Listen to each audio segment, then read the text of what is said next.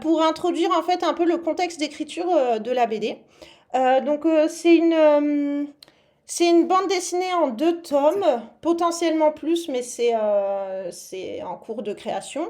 Et en fait, les 2 auteurs, ce sont des frères, les frères Miranda, qui ont publié et ont créé le récit au moment de la pandémie de coronavirus et pendant laquelle il y a eu le décès de leur père.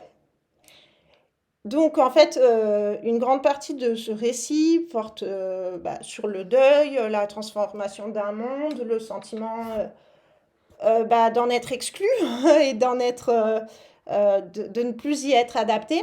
Et en fait, du coup, pour cette chronique, j'ai réfléchi à, mais est-ce que euh, la pandémie qu'on connaît le plus, c'est-à-dire la peste au milieu du XIVe siècle, qui a fait en Europe environ 25 millions de morts, donc c'était quand même une autre échelle, d'autant plus qu'on était beaucoup moins nombreux à cette époque, donc c'était vraiment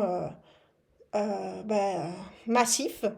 En fait, je me suis dit, tiens, mais est-ce qu'il y a des recherches sur les effets de cette épidémie sur la production littéraire? Et donc, j'ai pris une petite citation d'un auteur du monde musulman hyper important qui est Ibn Khaldoun et qui, dans son autobiographie, genre qui est assez récent pour la fin du Moyen Âge, euh, parle de la peste en disant on eût dit un tapis qu'on avait roulé avec tout ce qui se trouvait dessus. Et j'ai trouvé que cette citation peut très bien correspondre au récit de We Live par les frères Miranda, où littéralement on a l'impression que les humains dans cet univers de science-fiction se font rouler dessus par un changement de nature et en lien avec un virus. Et du coup, pour faire ma chronique, moi je me suis appuyée sur un séminaire du Collège de France sur les arts après la peste, avec notamment Julia Puma, qui est historienne des arts. Alors je sais qu'on dit historienne de l'art, mais ça m'énerve. Donc historienne des arts. Je me suis aussi appuyée sur une émission de radio chez France Culture, donc LSD, la série documentaire, qui avait sorti un épisode sur écrire après la peste noire. Il y a tout un champ historique qui justement insiste sur le fait que la peste noire a changé les productions littéraires. Et pas uniquement, hein, mais moi je me suis intéressée à ça. Et il y en a qui vont même jusqu'à formuler l'hypothèse que l'art de la Renaissance, c'est un art après la peste, où on peut avoir une expression de la peur qu'on n'a pas pu dire de suite. Et donc, 150 ans après, on a commencé à exprimer cette peur. Et que donc, en fait, l'art de la Renaissance serait, comment dire, devrait des choses à cette pandémie-là. Ce qui est sûr, c'est que la peste met fin au rapport au temps de type médiéval. Les gens du Moyen Âge ont la sensation de vivre une rupture. Et d'un point de vue littéraire, il y a 2 grandes productions qui justement euh, font le lien entre cet événement et un renouvellement du genre, avec, alors je ne vais pas inventer l'eau tiède, je crois que c'est comme ça qu'on dit, je vais parler de Boccace avec le Décameron et de Pétrarque.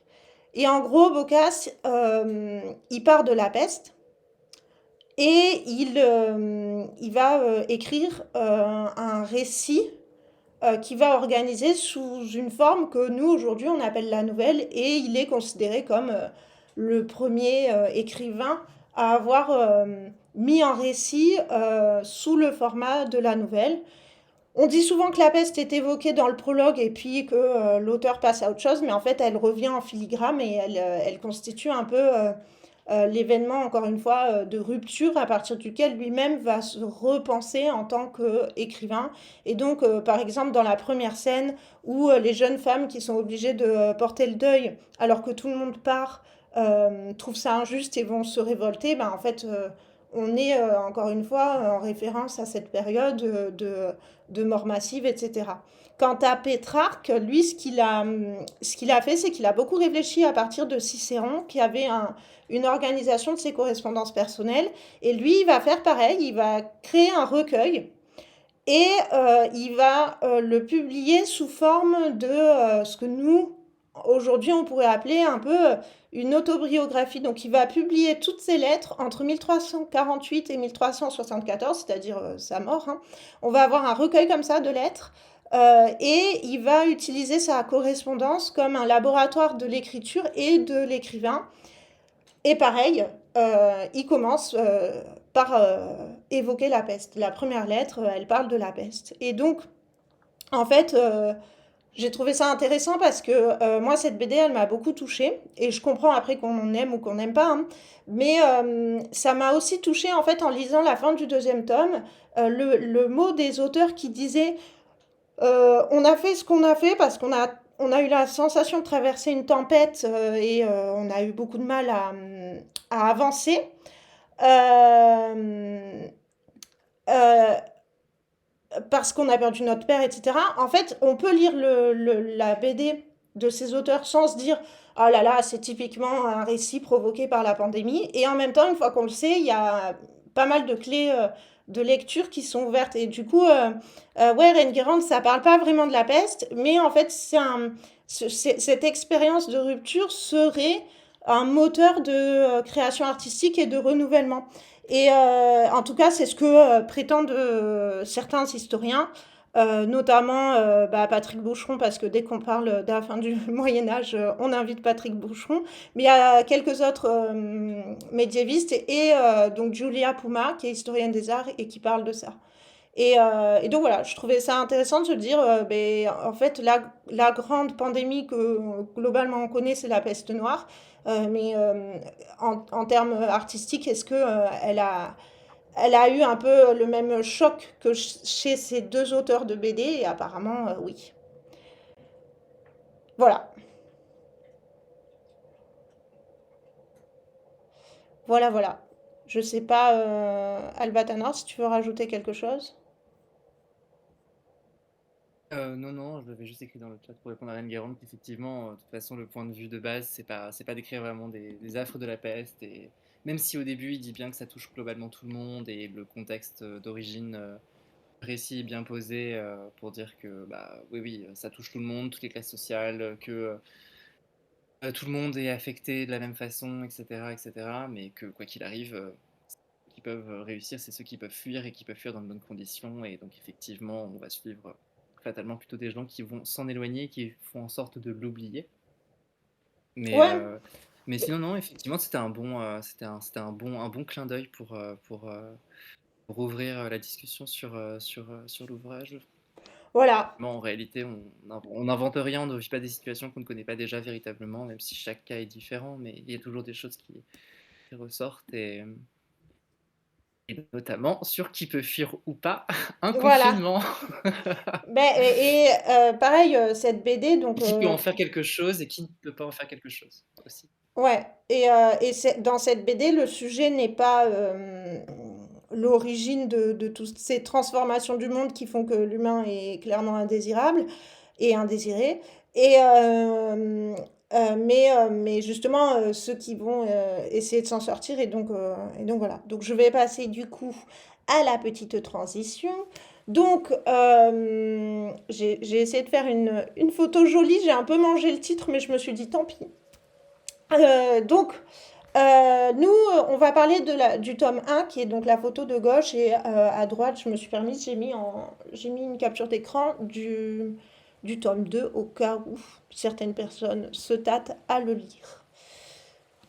Alors, du coup, comme déjà dit, hein, les deux frères sont donc ils viennent des États-Unis, ils sont états-uniens, ils sont d'origine argentine, ce qui peut expliquer certaines choses, notamment dans les choix musicaux. Et ils ont publié une bande dessinée de science-fiction.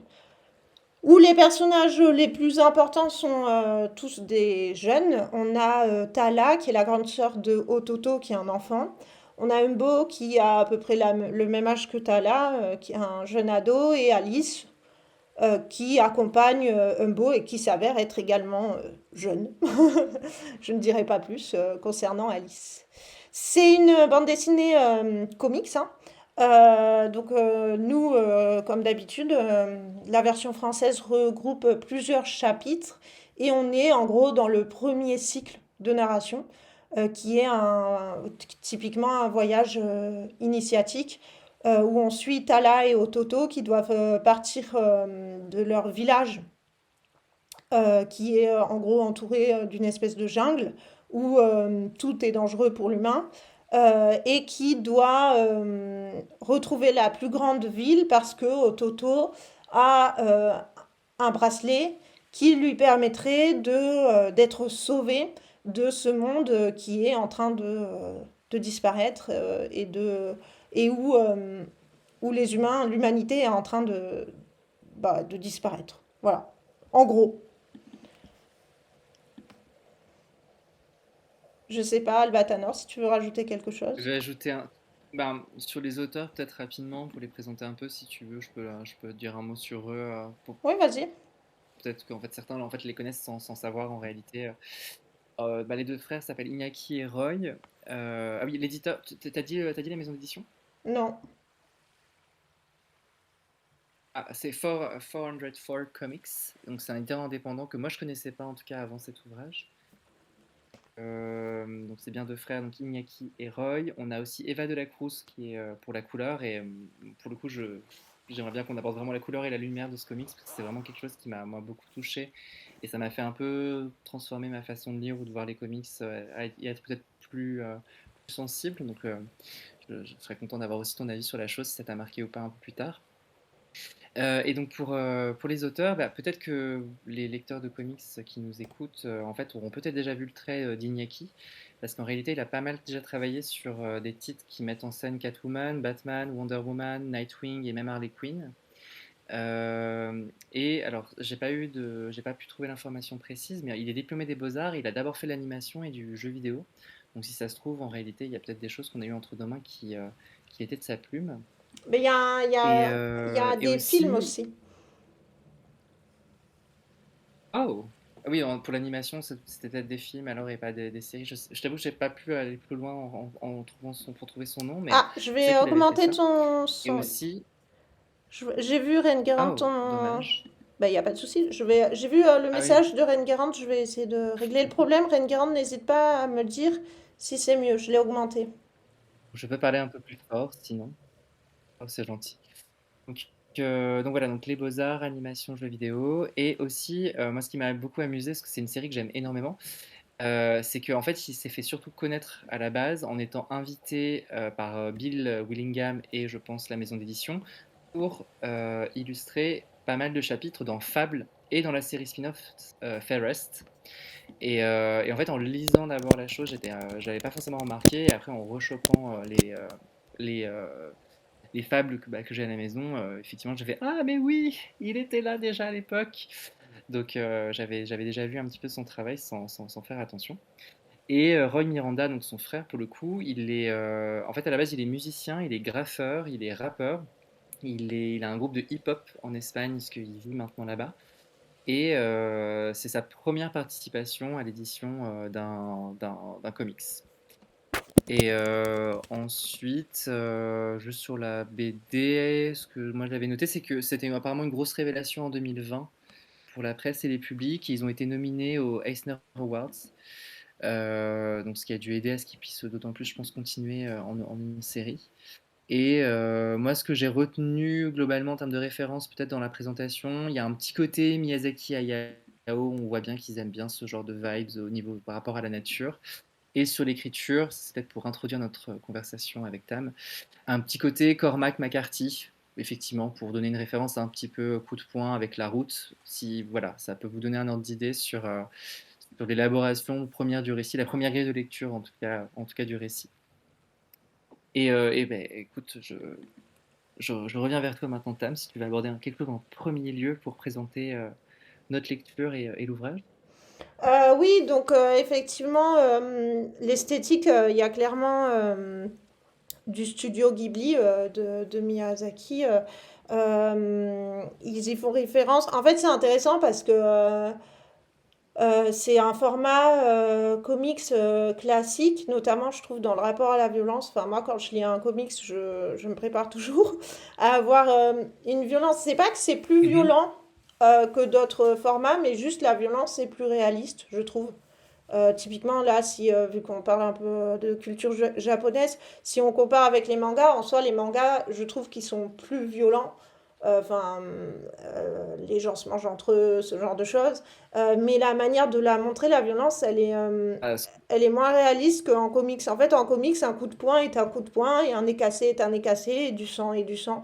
Et donc, je pense que c'est la chose qui peut le plus dérouter les gens qui vont lire cette BD, que je trouve magnifique, mais elle est quand même ultra violente. Et en plus, comme les frères ont, je pense, voulu dire beaucoup de choses, parce qu'en fait, quand ils l'ont sorti, ils ont dit, on la sort, on voit si ça se vend, si ça se vend, on fait un tome 2. Et en fait, ils ont fait pareil avec le tome 2, ils ont dit, on a dit ce qu'on voulait dire dans le tome 2, si on peut faire un tome 3, on le fera, mais on voit selon les ventes. Et du coup, je pense que dans le tome 1, ils ont voulu vraiment beaucoup en mettre. Et donc à un moment donné, ouais, moi, même si j'ai adoré, et en le lisant, je me disais, je pense que ça fait longtemps que j'ai pas eu une lecture vraiment coup de cœur comme ça. Quand même, à un moment donné, faut faire une pause parce que ça n'arrête pas, quoi. C'est violent. Et par contre, en termes de ouais, très très dessin, vite. ouais, en termes de dessin, donc effectivement, le graphisme, c'est Iñaki Miranda. Et la coloration, c'est Eva de la Cruz. Et elle a fait pareil pour le tome 2. C'est la même équipe, exactement la même équipe pour le tome Mhm. 2. Et c'est hyper réussi, je trouve. Vraiment. D'un point de vue purement esthétique, c'est une très belle BD. Il y a beaucoup de belles références. Le bestiaire est magnifique, je trouve. Donc ouais, c'est vraiment très très beau. En termes de références, bah oui, il y a du McCarthy, mais c'est une référence explicite, hein. Je crois que c'est dans le premier chapitre, quand ils arrivent devant l'hôtel, ils font une référence explicite à la route de McCarthy en posant une question qui revient assez souvent dans le roman.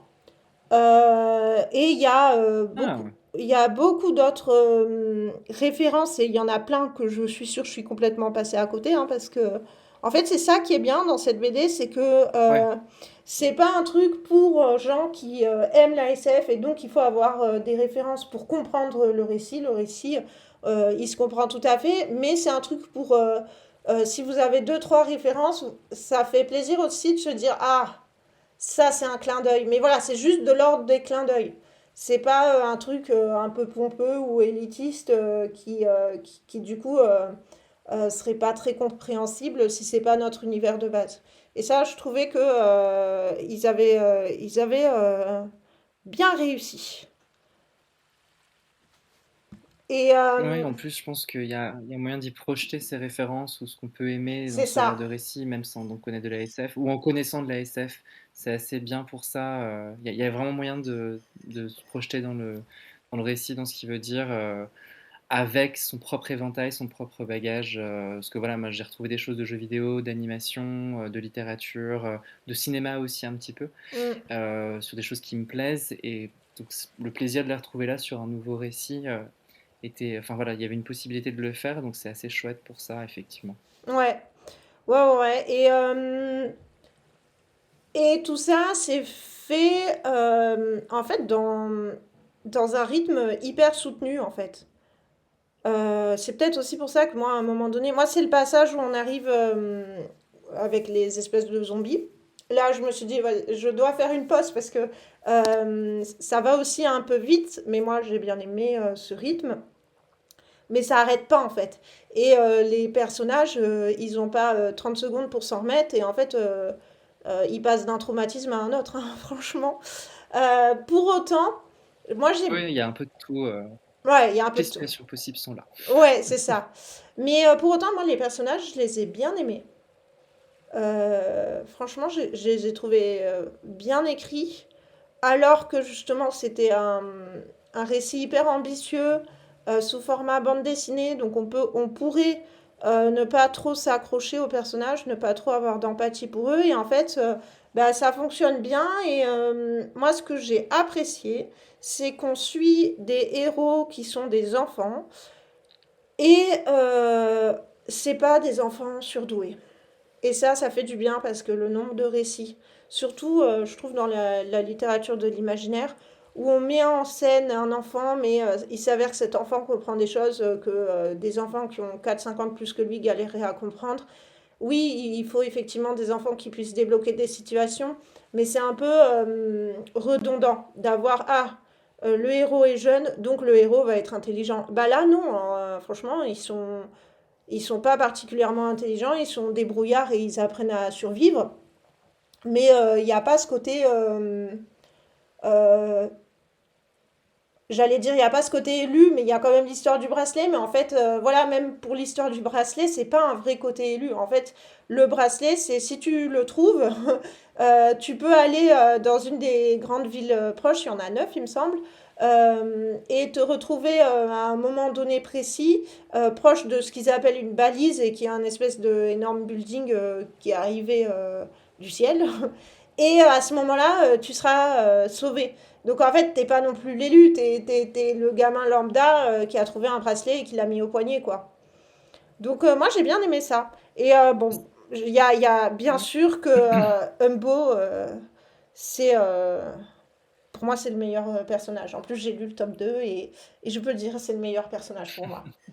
Mais bon, il est un peu atypique. Mais c'est vrai que tu soulèves deux choses, deux points moi aussi que je trouvais assez importants, enfin qui m'avaient vraiment marqué à la lecture.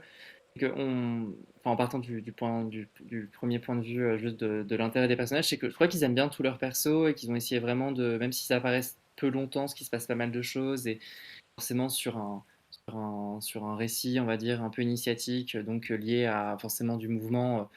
Plein de gens peuvent être juste croisés très peu de temps, mais qu'ils sont bien intégrés et pas uniquement comme des fonctions. Ils sont vraiment bien précisés, enfin, on s'en souvient, on les différencie les uns avec les autres véritablement. Il ressort quand même des choses de ces personnages-là, même s'ils ont une action qui va être très très ponctuelle potentiellement vis-à-vis des protagonistes ou de l'action de manière générale. Et, euh, et c'est pour ça que, effectivement, enfin, les deux points, c'était effectivement sur les enfants d'abord en soi. J'aime énormément les coming of age stories, je suis fanat de ça. Et pour le coup, effectivement, j'ai le même, j'ai toujours en termes de fiction en général, c'est toujours la question de quand ça se passe dans notre monde ou dans le futur, c'est est-ce qu'il y a des portables? Et généralement, ça joue beaucoup sur la valeur d'un scénario. Et dans le cas des Mm. enfants, c'est généralement alors quel âge ils ont et d'où ils viennent, d'où ils sortent, pour savoir s'ils peuvent être intelligents. Et c'est vrai que voilà, pour aller dans ton sens, c'est vrai que c'est des enfants. Pour le coup, tu vois que on explique leur backstory, mais donc ça va rester véritablement dans leur fiche personnage et dans comment ils vont interagir avec les actions et les personnages qu'ils vont rencontrer, de d'où ils viennent, dans quel état physique ils sont, quelle expérience du monde ils ont. Et ok, il y a de la chance, il y a des rebondissements, etc. Mais il n'y a pas de la naïveté, on va dire, en le disant, et pas, de mon point de vue en tout cas, trop remise en question. Il y a pas de moment où tu t'arrêtes en disant, oh, bon, ça aurait pu être mieux traité, ou ça va trop vite, ou moi pour le coup ça allait, je me suis laissé vraiment emporter par ça. Et c'est pour ça que voilà, enfin, moi ça m'a fait forcément penser, il y a un petit côté La Nuit du Chasseur de Charles Lawton en parlant de cinéma, même si c'est un cinéma quand même qui est très très cadré et qui est un peu déjà dans cette vague des enfants qui ont quand même de la chance ou qui sont un peu trop forts par rapport à, on va dire, l'opposition qu'ils ont dans le scénario. Ou évidemment, voilà, je pense que, je sais pas ce qu'il y avait pensé toi, mais moi j'ai forcément pensé à La Belle Sauvage de Philippe Pullman, vu que Ouais. c'est une littérature qu'on partage où voilà, c'est complètement des jeunes sujets qui sont face à des horreurs et qui se débrouillent alors que forcément ils sont moins avantagés que pas mal de choses qui les entourent et face à un monde adulte globalement qui va pas dans le bon sens quoi. Ouais. Ouais, mais j'ai aussi trouvé... Et le vas-y. Bah, en fait, le petit Ototo qui est le plus jeune et qui qui va être d'abord protégé par la grande sœur et qui a littéralement un filtre, hein. Moi, j'ai adoré en fait justement cet outil-là pour le scénario qui fait que progressivement, bah, le filtre il va de moins en moins bien fonctionner et à la fin, bah, clairement, son voyage lui a fait prendre 10 ans dans la tête. Mais j'ai trouvé ça moi, en fait, j'ai trouvé ça bien parce que c'est vrai que c'est le premier truc qu'on fait pour protéger un enfant. On essaye de sauvegarder un peu son imaginaire, de lui laisser avoir bah, la liberté de croire en quelque chose d'autre que ce qui se passe réellement. Tout le moment où Humbo lui répare son petit casque et que du coup, il a sa réalité virtuelle qui fonctionne. Et du coup, au lieu de voir la violence, il voit des grands pandas. Moi, j'ai beaucoup aimé. Franchement, j'ai trouvé ça. J'ai pas trouvé ça comme. J'y ai pas vu une facilité. Au contraire, j'y ai vu un. Bah, c'est aussi comme ça que ça fonctionne. Et effectivement, il y a un côté. Face à l'horreur, les enfants continuent de jouer. Il y a plein de scènes comme ça, quelles que soient les guerres, où on finit toujours par dire, mais en fait, les enfants continuent de jouer, et en fait, il y a un peu l'espoir là-dedans. Euh, on est peut-être au milieu de la destruction, mais les enfants continuent de jouer, et les enfants, c'est l'avenir. Et du coup, pour moi, en fait, le centre quand même du récit, c'est plus l'espoir que le deuil et la fin du monde, même si clairement on est dans une ambiance millénariste. Pour moi, en fait, le sujet numéro un, c'est l'espoir, franchement. Et au Toto, c'est l'espoir. Vu le titre, c'est un peu ce qui ressort, ouais. Ouais. Clairement. Et aussi, ça ramenait au deuxième point que tu évoquais, sur lequel moi, enfin, je peux rebondir vis-à-vis de comment je l'ai un peu aperçu, c'est que Mmh, en fait, enfin, ça pour le coup, ils le mettaient un peu en avant quand ils parlaient un petit peu de leur travail. Il y a deux trois choses qui traînaient un peu sur le net. Enfin, ça confirmait un peu ce que j'entreapercevais vu ce qu'ils défendaient à la base pour vendre enfin, vendre la BD en disant voilà, ça sort en 2020 par rapport un peu au Covid, etc. Et un aspect forcément politique aussi, etc. vis-à-vis de la SF et tout. Et en gros, c'est que oui, il y a un côté un peu d'espoir de voir que les enfants, malgré tout ce qui se passe globalement, arrivent à mettre de la distance et à garder une part on va dire, d'insouciance globale par rapport à tout ce qu'ils doivent traverser, qui sont purement des constructions adultes, qui sont complètement dépassées, enfin, qui devraient être dépassées dans l'état actuel du monde diégétique. Et, et justement, quand tu dis qu'il n'y a pas de facilité, etc., bah justement, je pense c'est parce qu'ils l'ont vachement réfléchi, j'ai l'impression. Mm. Parce que tu vois, l'idée des bracelets, etc., où en gros, des bracelets tombent sur la planète, un certain nombre, et il n'y a que des enfants qui peuvent le porter, et en fait, c'est qui le trouve pourra le mettre à son poignet, et a priori, on n'est pas censé pouvoir le retirer, et ce sont que ces enfants-là qui pourront être sauvés pour possiblement recoloniser ou garder juste la population humaine ailleurs. Ça, j'ai cru comprendre en interview aussi. Donc ça me rassurait de pas juste faire une espèce de plaquage de gaucho en carton, mais que leur intérêt c'est qu'il y ait une part de hasard en fait aussi, et que sinon ils s'étaient dit si on sait que on met un scénario où une partie de la population humaine doit être sauvée pour l'avenir, on sait très bien que même dans un monde complètement chaotique, il y a forcément des élites qui restent, et c'est le cas dans cette version alternative de la Terre, de la Terre futuriste. Et donc il fallait que concrètement ce soit une espèce d'aspect un peu hasardeux, euh, en tout cas à la base de l'histoire, que n'importe quel enfant puisse possiblement trouver un bracelet vu qu'ils sont jetés un peu au pif sur la planète. Et ça amène notamment après, en plus, des potentiels rebondissements de jalousie, de vouloir piquer les bracelets des uns des autres, et d'avoir des pressions et des violences potentiellement sur certains qui en trouveraient par rapport à d'autres enfants qu'on voudrait sauver plus que d'autres. Mais il y a un vrai parti pris politique aussi là-dessus, donc c'est pour ça que je rejoins ton point sur l'idée de l'espoir, etc. aussi. Je pense qu'il y a une idée, voilà, de vouloir s'échapper un petit peu des réalités absolument cruelles qu'on pouvait vivre au moment de la sortie et au sein vraiment de la fiction, et aussi derrière se dire bon bah au-delà de l'espoir, voilà, il faut possiblement avoir des petits messages qui rentrent dans l'esprit, qu'il faut lutter contre les inégalités ou une forme d'inégalité, et pas uniquement dans les situations les plus critiques où le reste de la population humaine va sombrer, si ce n'est une poignée, quoi. Mais c'est Donc vrai je trouvais que, ça plutôt chouette dans la façon de mettre en récit. mais et justement, en plus, en vrai, le pitch de base, il n'est pas du tout original.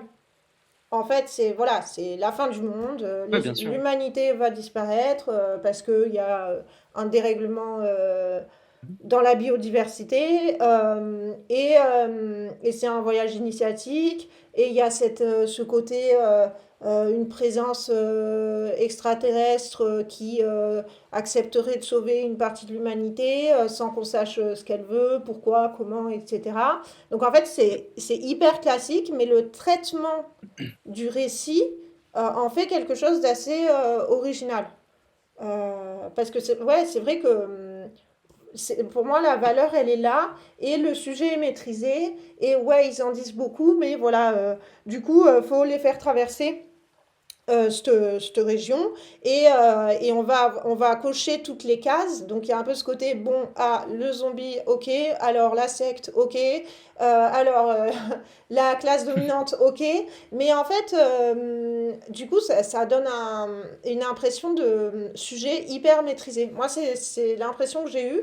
Et justement, bah, pour une première production en collaboration comme ça, c'est leur première œuvre commune comme ça, bah, moi, je trouve qu'il y a une qualité qu'on n'aurait pas dans beaucoup de premières parutions comme ça. Je sais pas, Méridienne, il me semble Oui, que tu l'as lu aussi niveau violence, parce que quand tu avais voté pour Willy, je me suis dit, oh malheur, la violence, ça va pas le faire du tout.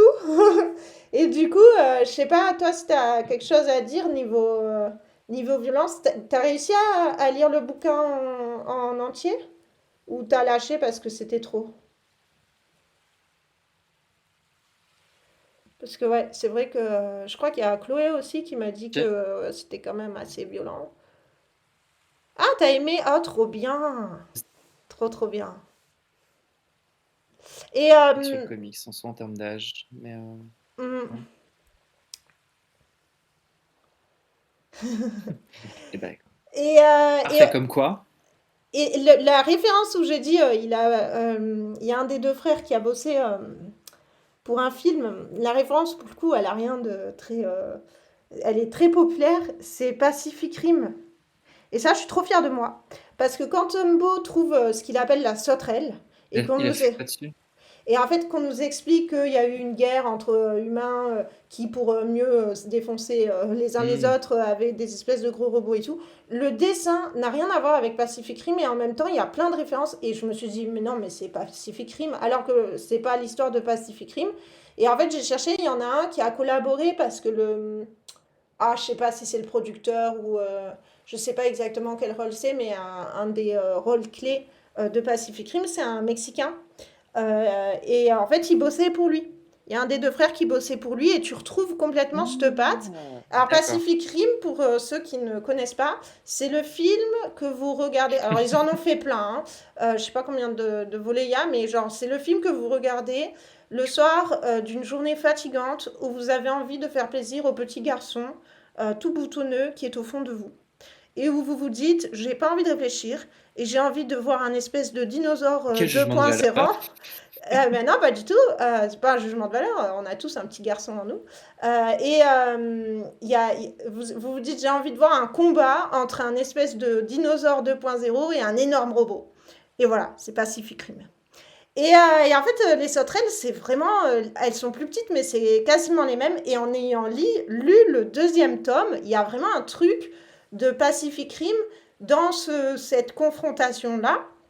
Mais pas du tout avec les mêmes enjeux, parce que dans Pacific Rim, on sait qui fait quoi, comment, pourquoi. Enfin, on comprend pourquoi il y a ces espèces de dinosaures qui arrivent et qui détruisent toute la planète. Mais là, il y a un peu ce côté-là, en fait. C'est-à-dire la planète va produire des animaux de plus en plus de type kaiju, clairement, et qui s'en prennent aux humains, en fait. Mhm. Il y a un côté. Au début, on a l'impression que la nature est devenue plus hostile, mais en fait, au fur et à mesure qu'on avance dans le récit, on a l'impression que c'est les humains. Les humains sont des cibles. Et ça, vraiment, c'est un sujet qui va revenir. Je sais que je spoil un peu, Ouais, c'est ça.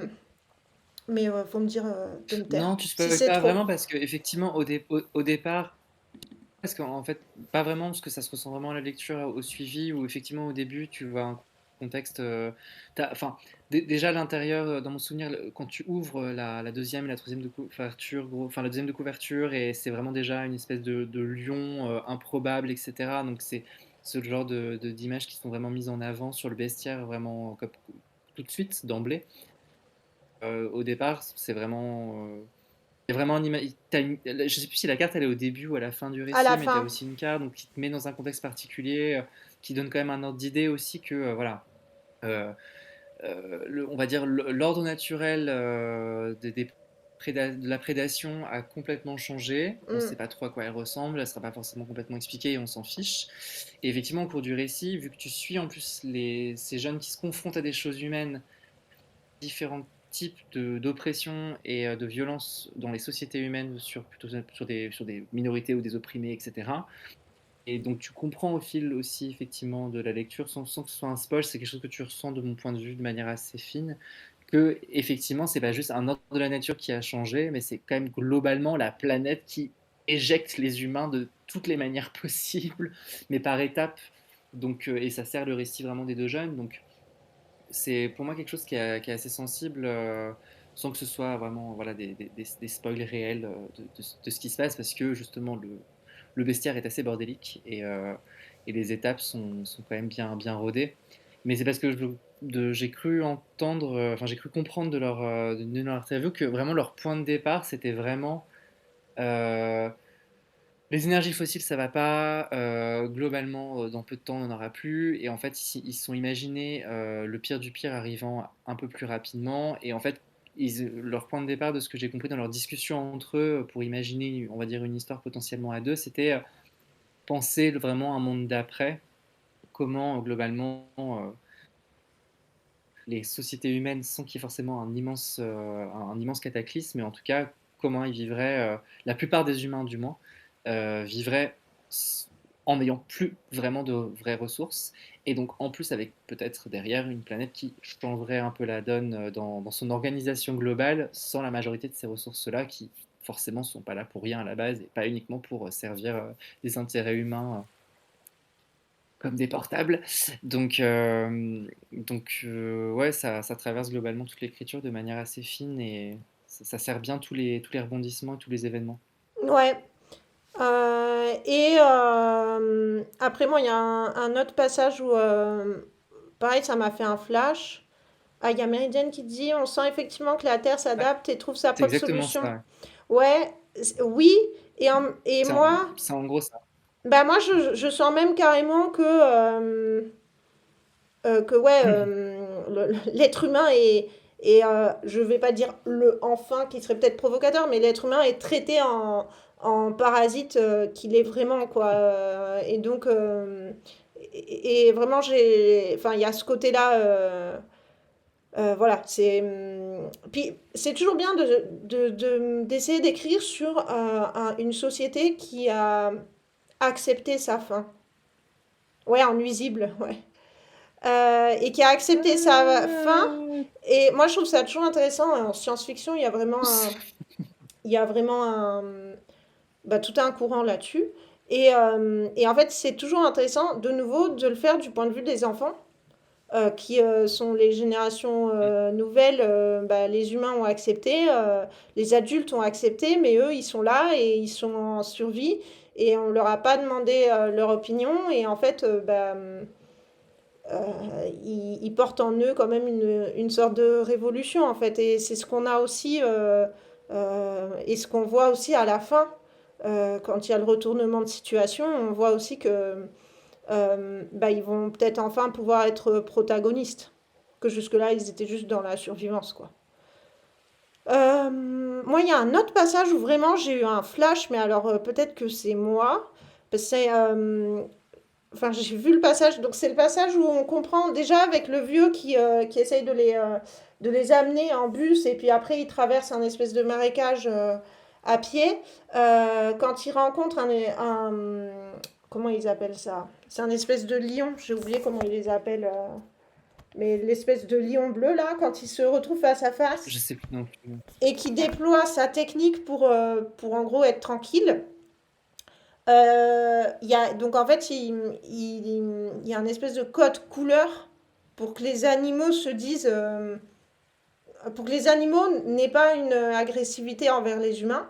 Et plus loin dans le récit, les enfants, ils vont passer à côté d'une espèce de grande architecture qui s'allume et qui va être hyper colorée. Il y a un enregistrement audio qui s'adresse à l'espèce de virus qui transforme la nature, etc. Et ça, moi, j'ai vu Rencontre du troisième type. Que j'ai vu, j'étais super jeune. Ce film m'a vachement marqué. Mais j'ai vraiment... Ah ouais. Ah! Je l'ai vu. Je sais que c'est physiquement Non, hein. différent, mais je l'ai vu. Rencontre du troisième type. J'ai vu le moment où les lumières se mettent en Mmh. marche. Alors, il y a la musique dans Rencontre du troisième type, mais je te jure, j'ai vu le même truc. Et je me suis dit, ah ouais, en fait, sur cette planète, les humains ne sont même plus considérés comme terrestres, comme appartenant à cette planète. Et il y a ce côté-là, en fait, d'altérité extrême. Et tout le jeu des couleurs, moi, Bah, ouais. j'ai vraiment vu ça. C'est vraiment, je me suis dit, mais c'est rencontre du troisième type, quoi. Voilà. Je sais pas si, si Je d'autres comprends. Bah, pour personnes le ont vu coup, ça là-dedans, mais moi, vraiment, j'ai eu l'image et j'ai même eu la il y a trop musique. longtemps pour le coup. Ah ouais, moi j'étais jeune aussi, mais il m'a tellement marqué ce film. Film qu'on ne peut que Hem, recommander, même par s'il a dû bien vieillir. Bah, pour le point d'avant, ouais, ouais, oui.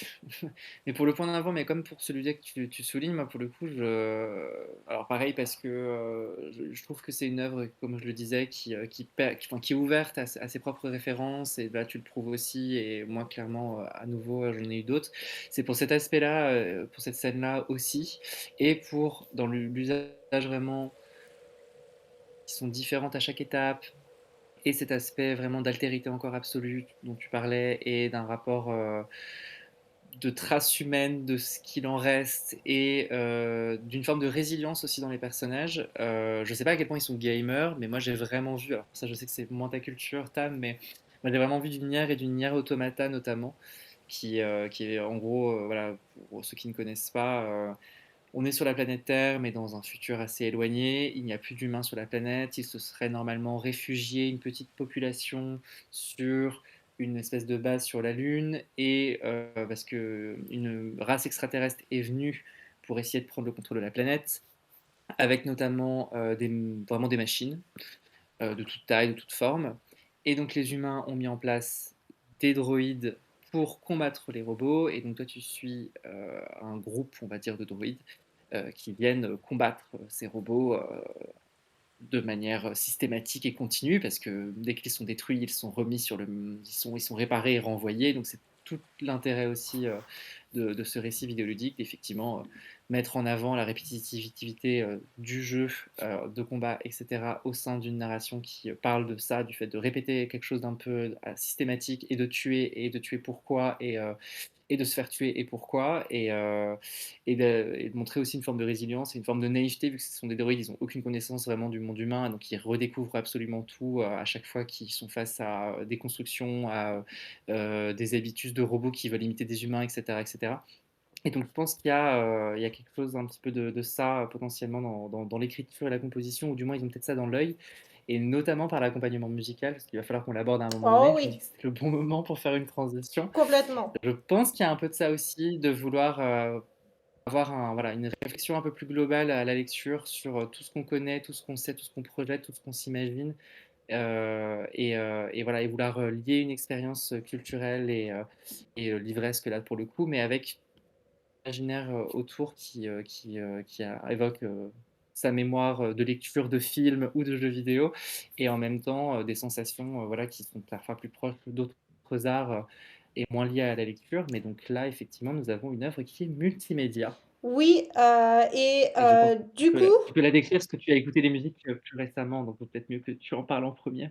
eh ben alors avant que j'en parle, moi, je voulais savoir dans le chat si quelles avaient été vos stratégies. Je suis bien curieuse.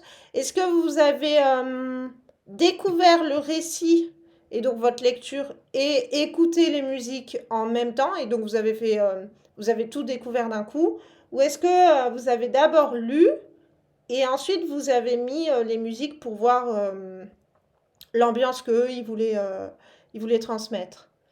Alors, Méridienne nous dit, pour le rôle des enfants, j'ai quand même l'impression que c'est l'espoir d'eux et à chaque génération. Ouais,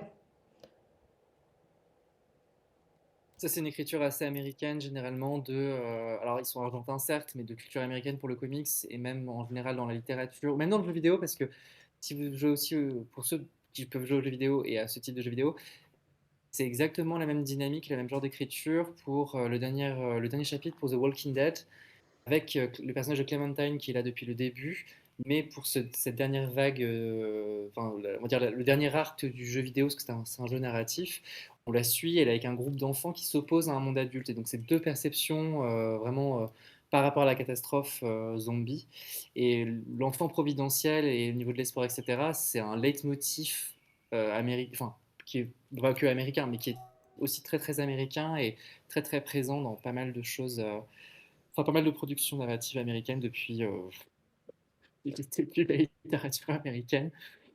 Et, mais ça fonctionne toujours bien quand c'est bien écrit, hein, et quand les enfants sont chouettes, on a envie de leur laisser le monde, hein, évidemment. bah, c'est un peu aussi lié à la culture chrétienne, hein, je trouve.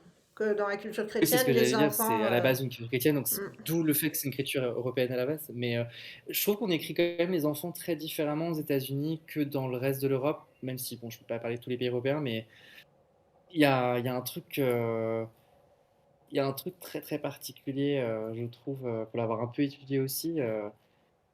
Ouais, parce qu'on le voit bien dans les séries. Justement, cette histoire des enfants intelligents, c'est, je trouve, un truc qui est à la base très très américain, par exemple. ouais. Alors, il y a Chloé qui nous dit, j'ai Présent, écouté en même temps, mais j'ai arrêté car je trouvais la musique en décalage avec le récit.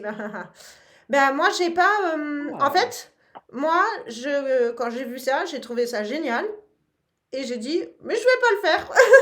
Parce que j'avais trop peur d'être influencée par un univers musical différent.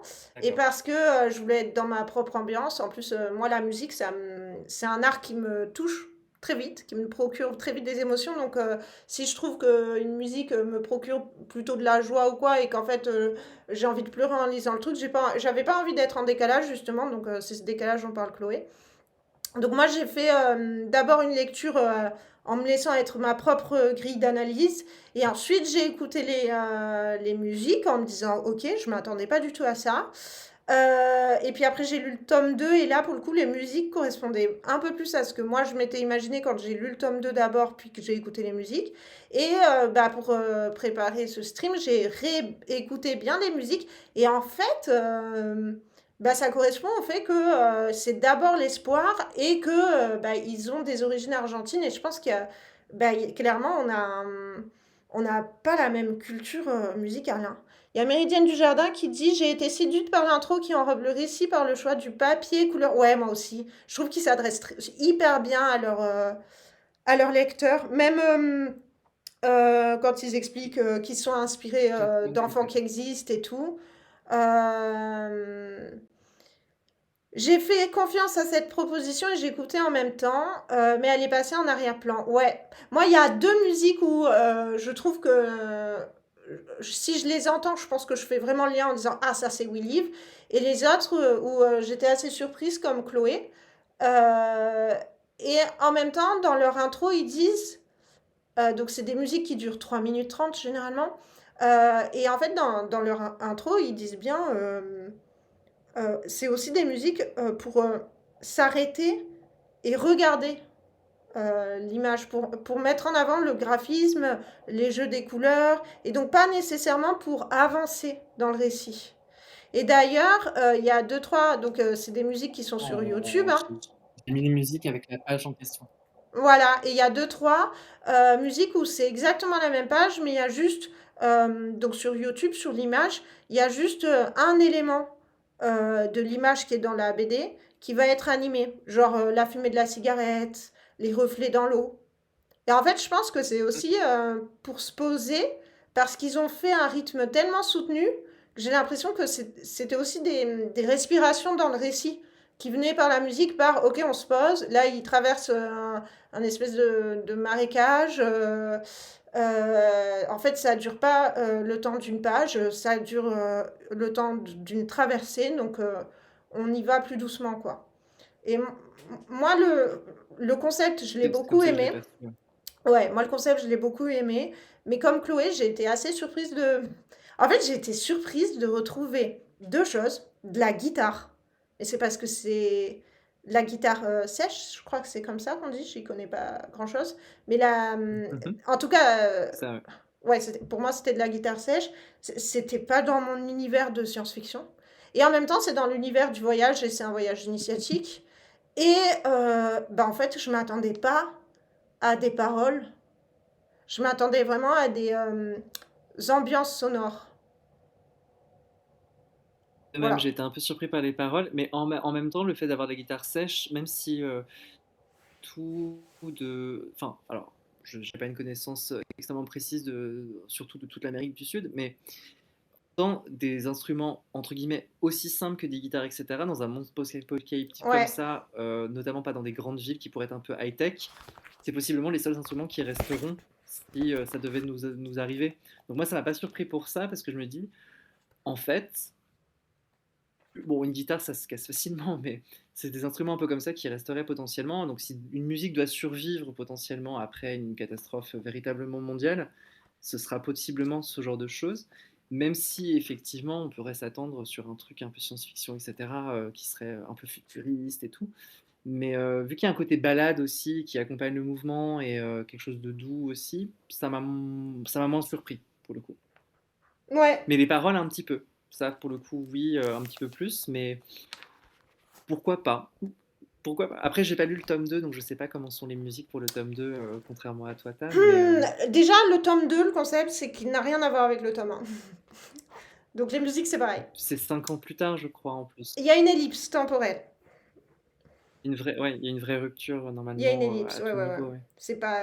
C'est pas le lendemain ou quelques mois plus tard, ouais, il y a une ellipse. En tout cas, dans le chat, on est d'accord sur, sur les paroles, mais c'est marrant, hein, parce que du coup, je me suis dit, ben, en fait, c'est aussi parce qu'on est habitué pour la science-fiction. Enfin, en vrai, je parle de moi, je dis on, mais j'en sais rien. En fait, pour la science-fiction, moi, tu me dis musique, bah, c'est musique de film. Donc c'est voilà, c'est Oui, parce que tu ambiance imagines que des sonore. morceaux Ouais, diégétiques, quoi. ouais, ouais, ouais. Et donc du coup, alors que tu vois, tu me dis, Oh, le cinquième élément, c'est du, bah, le bouquin de la dernière fois, c'est du réalisme magique. Bah là, ouais, un chant et tout, je peux me l'imaginer beaucoup plus facilement qu'en science-fiction.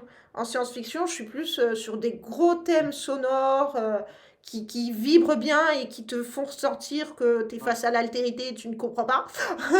Et là, en fait, non, c'est hyper humain comme musique, c'est hyper, et comme tu dis, c'est un instrument hyper répandu.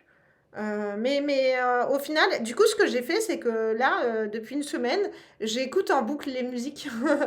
Et je les écoute pour bosser et tout. Et Ah en bah, c'est fait, que ça bah, ça a marché. ben, surtout, je les aime bien, alors que quand je les ai juste écoutés par rapport à la BD, ça m'avait surprise et tout. Et puis je m'étais dit, bah, c'est trop bizarre. Et puis j'avais pas cherché plus. Comme c'est une BD que j'ai lue avant, le fait qu'on se soit dit, tiens, on va faire un stream et tout.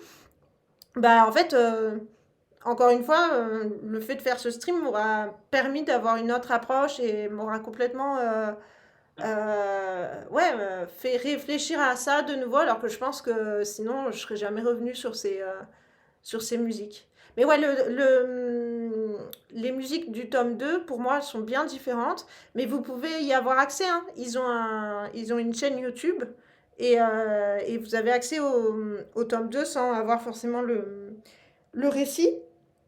Mais du coup, vous voyez quand même. Oui, on l'a pas dit, c'est des QR codes. C'est vrai qu'on l'a pas dit, c'est des QR codes inscrits. Enfin, les gens qui l'ont pas lu peuvent s'en douter, mais c'est des QR codes inscrits effectivement dans les pages qui donnent accès, mais en réalité, ça se retrouve très facilement sur YouTube, même sans Insta. C'est Ouais, pas complètement caché, dissimulé ou quoi que ce soit.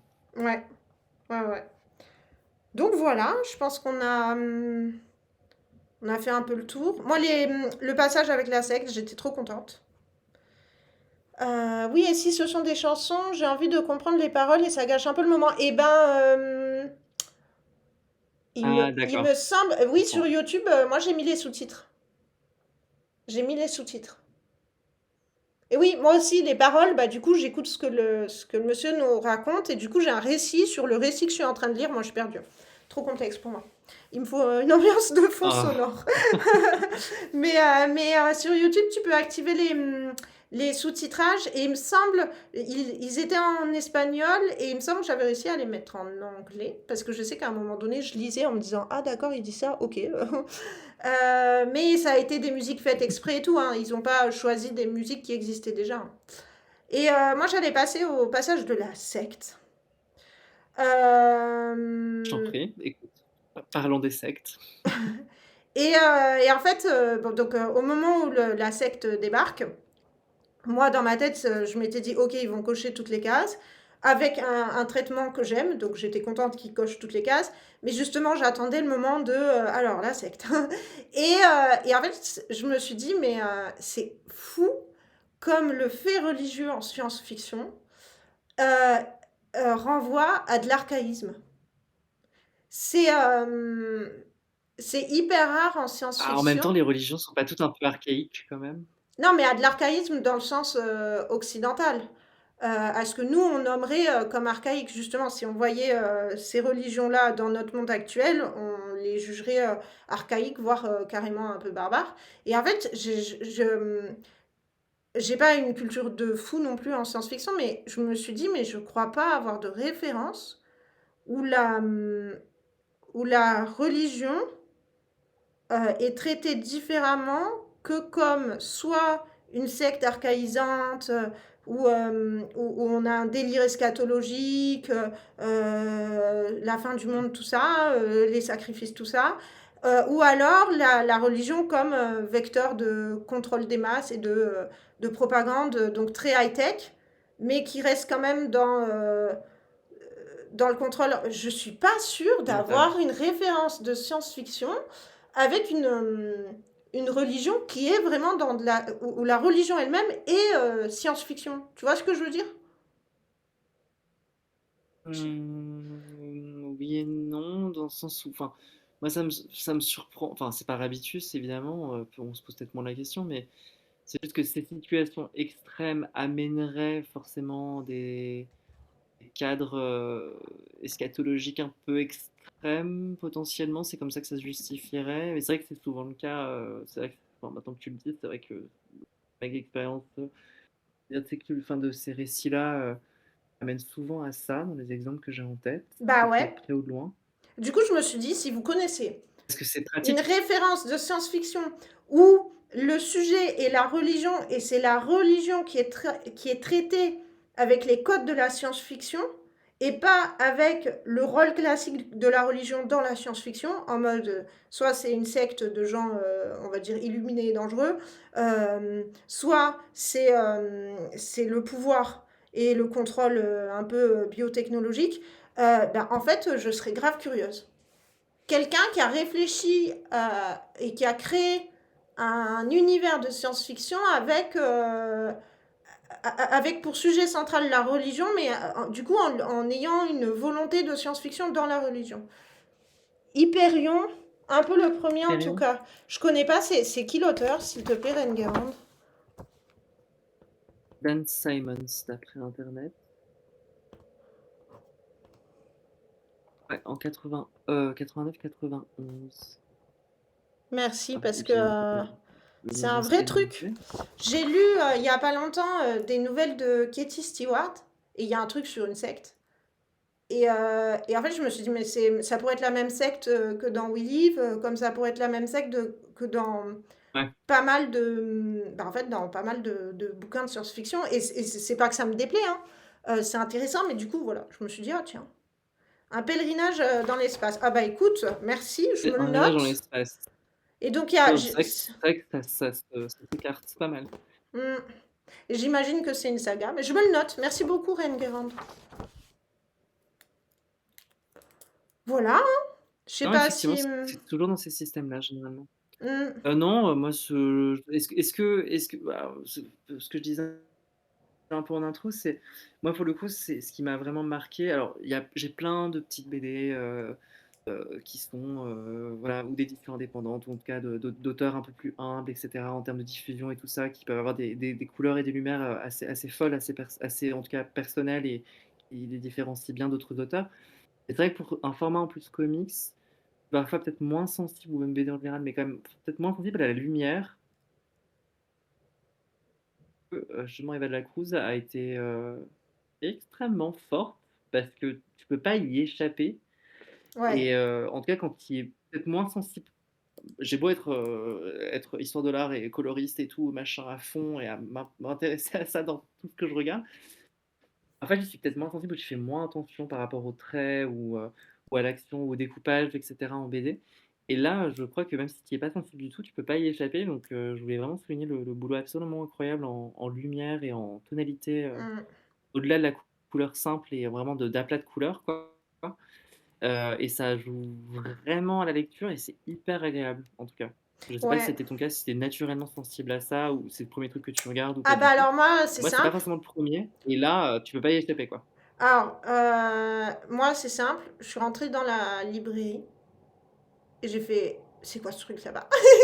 Et je l'ai pris et j'ai dit au libraire, vous l'avez lu? Oui, c'est bien. Oui, je veux pas savoir, je le prends. En fait, le décor et puis ces deux petits personnages sur la couverture, les deux petits personnages, on dirait que c'est du coupé, c'est du collage. T'as l'impression qu'ils ont été collés au milieu d'un décor et en même temps ça marche super bien. Ouais. Et, les, et les images sont ouais, ouais, ouais, c'est magnifique. Les jeux de couleurs, c'est vraiment très très sympa. Je trouve que dans le tome 2 ça devient un peu plus.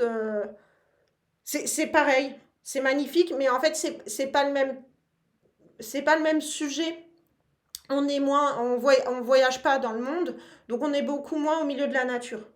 Donc il n'y a pas ce côté un peu luxuriant. Et ouais, franchement, Et puis il y a pas le côté différentes étapes, donc différents espaces avec différents environnements et tout, j'imagine. bah, en fait, en gros, dans le tome 2 il revisite un peu les figures de super-héros. Donc on va être beaucoup dans du combat et on est en milieu urbain. Le tome 2 Mmh, l'ambiance, c'est un peu l'attaque des titans. ouais. Donc on est dans la ville et on est assiégé. Et du coup, voilà, on est plus sur bon, moi je vais appeler ça des kaijus, mais on est plus sur les êtres qui arrivent et moins sur l'environnement et tout. Donc peut-être on le ressent un peu moins, mais dans le tome 1, enfin, c'est magnifique. Et il y a ce côté, c'est magnifique et c'est cruel, quoi. Et moi, c'est un côté qu'on oublie beaucoup. Un côté de la nature qu'on oublie beaucoup. On a trop l'impression qu'on peut la contrôler. Et je trouve que ça fait partie de leur message, en fait. On a fait une nature magnifique. Les animaux sont magnifiques, mais en fait, faut pas les croiser, en fait. Et vous, c'est pas vous qui décidez. Donc, moi, je trouve que Ouais, ouais, ouais. ça sert leur discours. Voilà. Et moi, j'avais trop envie de, vu que vous n'avez pas lu le tome C'est 2, fascinant, c'est ce j'imagine, qu'on médite. j'avais trop envie de savoir, vu que je connais la suite, donc je vais pouvoir me moquer sans vous le dire. Pour vous, euh, euh, comment dire, c'est quoi l'objectif du Conseil intergalactique quand il décide de balancer ses bracelets? En gros, est-ce que vous avez une... Quelle Mmh, idée vous auriez pour la suite, quoi? En gros, j'ai envie de savoir quels sont vos pronostics pour la suite. heu, tu sais, j'ai tout de suite eu à l'esprit, parce que c'est un leitmotiv assez courant aussi, c'est que fatalement c'est possiblement une communauté intergalactique ou du moins extraterrestre qui va bien, a une dynamique de jeu et de plaisir à regarder ce qui se passe en tentant un truc sur Terre parce que les pauvres miskines là, ils sont en train de tous crever. On peut peut-être s'amuser un peu avec ce qui reste et peut-être faire une bonne action aussi derrière un peu, voilà, enfin du pain et des jeux quoi. Mais du coup, qu'est-ce que vous auriez comme idée pour la suite moi, j'ai trouvé ça hyper intéressant de voir que bah, ils étaient très humains. Hein, et la prise de décision, elle est très humaine parce qu'ils ont regardé d'abord leur intérêt quand même. Euh, mais vu la fin, sans vouloir spoiler, hein, mais vu la fin, ce qui se passe au niveau de la balise et la toute fin avec cette espèce de personnage qui arrive devant Mère Neuve, qui est donc une, euh, une des 9 dernières villes. Donc Méridienne du Jardin dit une adoption de l'humain. Donc pour toi, la suite se passerait hors, comment dire, hors Terre. Il y aurait une espèce de colonie humaine dans l'espace, quoi. Et toi, pour toi, bah, Tanor, ça serait quoi? Tu m'as pas entendu tout à l'heure quand je le disais? Non, désolé. Ah, bah, peut-être que ça a sauté.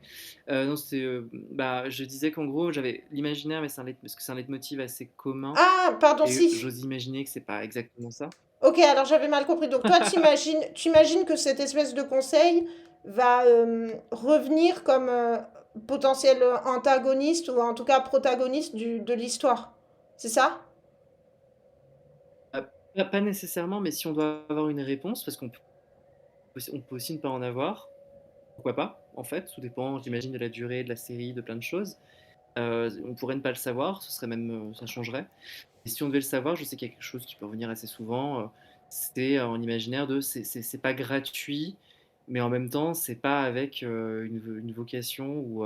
Enfin, si ça peut être. Si c'est un jeu intergalactique, je sais pas quoi, généralement, tu vas avoir les extraterrestres foutre des bâtons dans les pattes pour gagner potentiellement quelque Hmm. chose. Mais on peut imaginer que voilà, voilà, on s'amuse avec les humains avec ce qui reste, on voit bien, il y a des paris, je sais pas, enfin un truc un peu comme ça. D'accord. J'avais mal Est-ce que eux, compris. ça va bien sur leur planète, etc. Ah ouais, Je non, t'en non, je prie. t'ai entendu, mais j'ai mal compris, Mais excuse-moi. je me dis, j'ose imaginer que c'est un peu différent, même s'ils prennent plein de références, des choses un peu connues, on retrouve des choses. Je pense pas que ce soit aussi proche de ça non plus. C'est peut-être un peu de ça, mais je pense pas que ce soit que ça. Et qui serait prêt pour lire la suite? Qui se dit, vu ma première lecture, si j'ai l'occasion, je lirai la suite, sans forcément dire l'acheter et tout, parce qu'une bande dessinée, c'est toujours un coût, hein. Alors, Méridienne du Jardin dit non dans le genre nouvelle expérience de l'humain. Hmm. Première RRAT, si c'est la... Ah bah ouais, bah, c'est marrant, je pense que ça rejoint ce que tu dis, Alba Tonor. Chloé, ah ouais, ah bah, j'avais compris que Un petit peu, au ouais. contraire. Ah cool, cool, cool, cool, je suis trop contente.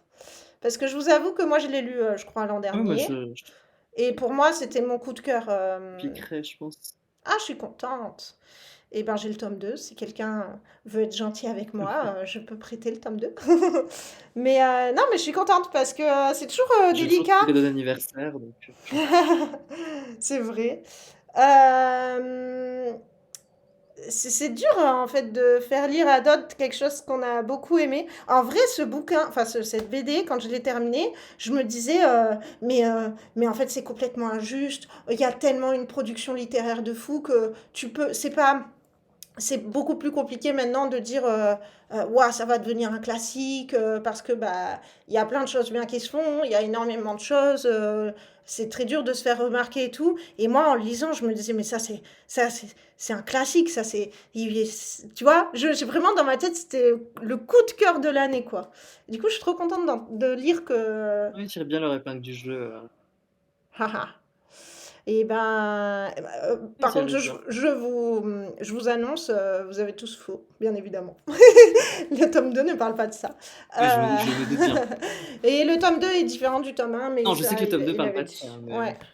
Donc, le tome 2 est hyper différent, mais c'est sympa. Mais le tome 1, franchement, c'était vraiment un plaisir de le découvrir.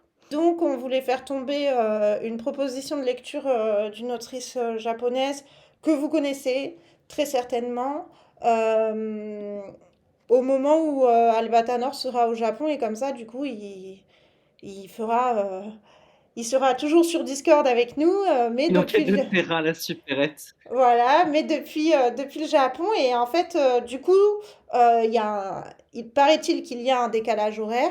Donc, au lieu de le faire le lundi soir, on a essayé de s'organiser au mieux pour que ce soit faisable sans gêner trop les décalages, etc. Donc, on vous propose dimanche 29 juin à 14h30, comme ça, ce sera pas trop tard pour Albatanor non plus.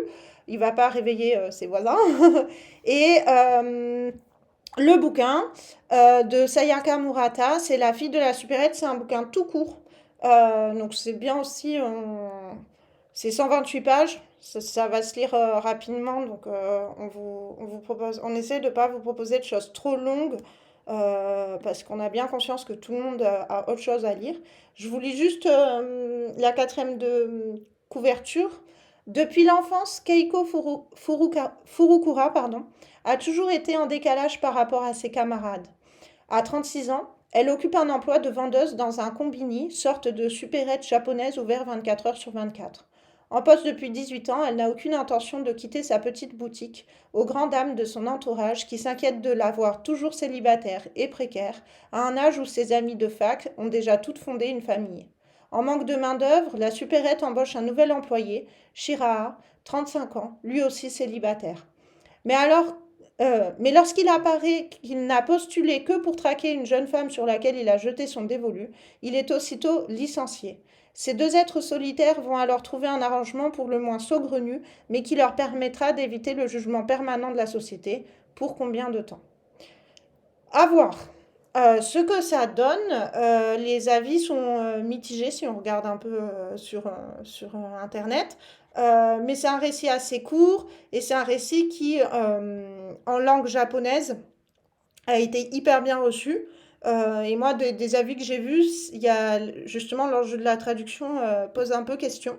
Et c'était quand même l'objectif de base de notre petit pavé dans la mare, c'était aussi essayer de s'ouvrir à des auteurs étrangers, mais en ayant toujours conscience de ce filtre qu'est la traduction. Et apparemment, ça, c'est un bouquin qui pose la question clairement, en tout cas de l'avis de quelques critiques. Et du coup, je me permets de rappeler que on a envie de lancer ce qu'on a appelé arpentage en eau douce avec de l'arpentage littéraire. Et donc, si vous êtes intéressé, on va tout doucement s'organiser pour le lancer à partir de septembre, en essayant de le faire une fois par trimestre, comme ça nous fait quand même 4 bouquins à l'année, ça serait déjà hyper chouette.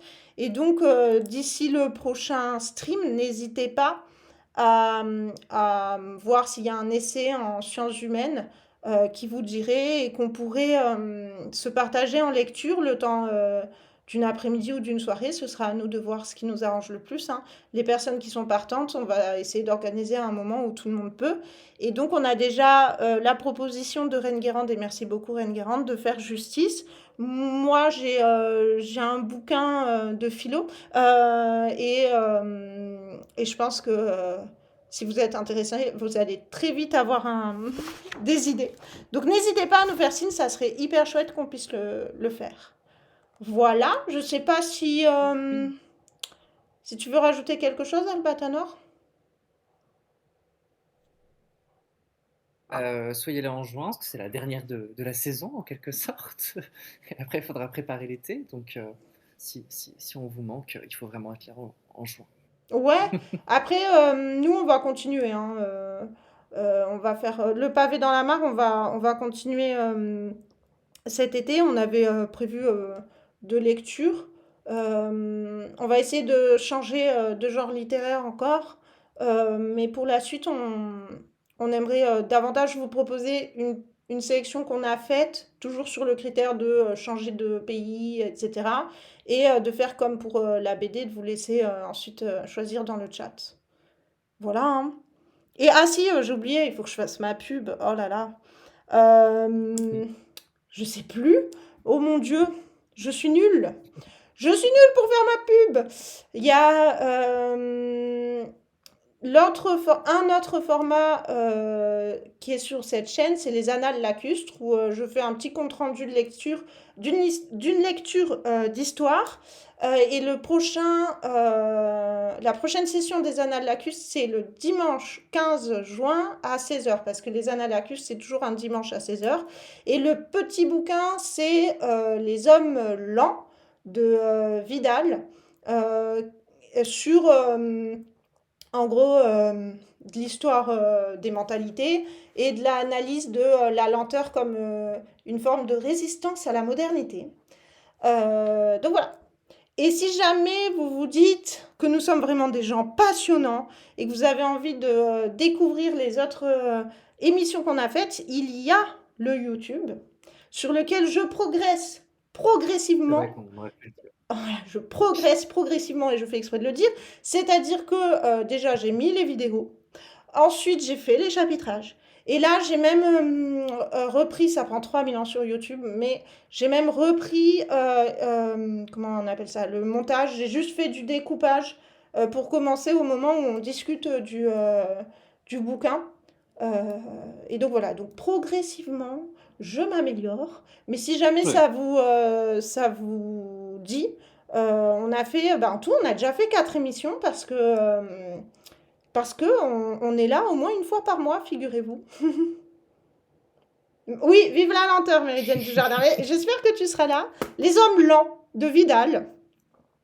J'ai hâte de voir. Je l'ai acquis récemment, du coup, pour le stream, et je le commence à partir de demain. Un bouquin qui fera beaucoup moins que 800 pages. Oui, Hedgehog, il fait référence au dernier bouquin d'histoire dont j'ai fait le compte-rendu de lecture sur le boulangisme, en mode serait-ce le premier populisme, mais en vrai, c'était un super exercice pour moi de compte-rendu de lecture et ça m'a fait hyper plaisir de le faire. N'hésitez pas à aller l'écouter sur YouTube. Voilà, j'ai fini ma pub. Les coordonnées, c'est le même nom. Alors, et là, je me demande c'est quoi mon nom. C'est le même nom, j'ai fait exprès, que ma chaîne. Âme Ouais, fort, un pavé dans la... voilà, c'est le même nom que ma chaîne Twitch. Ah, Hedgehog voulait l'envoyer. Voilà, hein, on peut se quitter. Je vais faire la fin. Je sais pas, Albatanor, si tu veux rajouter quelque chose ou pas? Non, non, soyez là en juin, qu'on puisse poser l'été après tranquillement, montrer, voir votre intérêt pour cet été, et de travailler effectivement et à préparer aussi la rentrée. Et puis c'est tout. Et puis je tâcherai d'être bien à l'heure et de pas changer d'horaire et qu'il n'y ait pas de problème de l'autre côté de la planète. Bah, ça sera Et marrant j'ai de hâte de parler de t'entendre de ce petit là-bas. roman. En espérant qu'il n'y ait pas de problème technique surtout.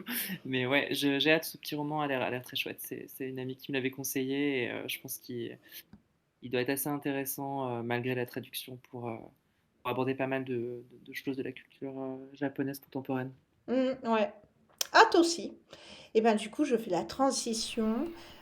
Et c'est le moment où nous nous disons, je suis fatiguée, je sais plus si c'est français ce que je dis, mais au revoir.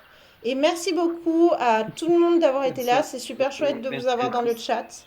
Bonne soirée à tout le monde, un bon repos et bon courage pour la suite de la semaine. Et voilà, hein. Très bientôt. À très bientôt, ouais. Bisous! Bisous.